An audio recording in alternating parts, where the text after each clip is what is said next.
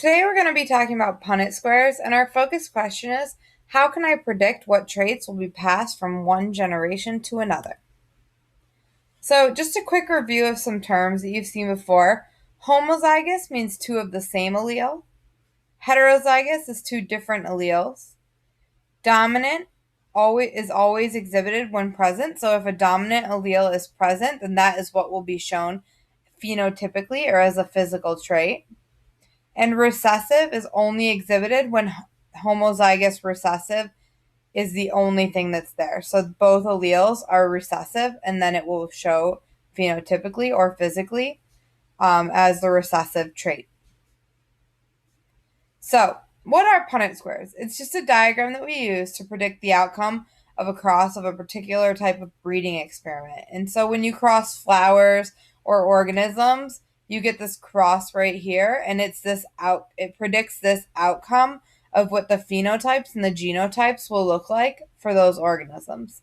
And it's used to determine probabilities of outcomes for genetic crosses. So when we talk about this, we mean what would be the chance every time that you do that cross that it would show different traits. So how do they work? Let's say that I had a homozygous dominant, or two big T's, and I was crossing that with a homozygous recessive, or two little t's. So I would set my Punnett square up to look something like this. And go ahead and write this in your journal as well. What percent of the offspring with this cross would be heterozygous?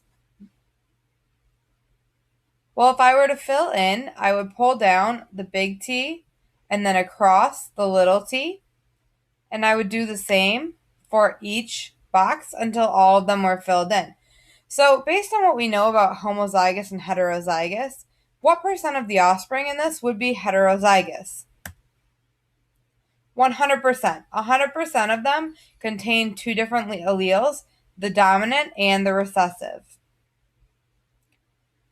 So when we do this, we also need to calculate percentages. So simple Punnett squares are out of just 4. You always have just 4 boxes.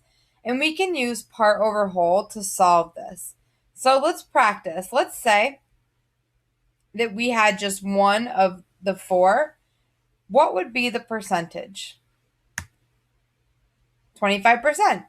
1 over 4 is 25%. What if we had 3 out of 4? We have 3 over 4, our part over whole, and that would give us 75%. If we had just 2 out of 4, or 2 over 4, we can also simplify it to 1/2, and 1/2 would be 50%. And then also you could do 4 out of 4, which is equivalent to just 1, which is our part over whole, which would just be 100%. So you're going to be completing some more Punnett squares in your packet today while calculating percentages. Don't forget to use this part over whole equation that you guys have been using. And when you're done with your packet, don't forget to take your exit ticket.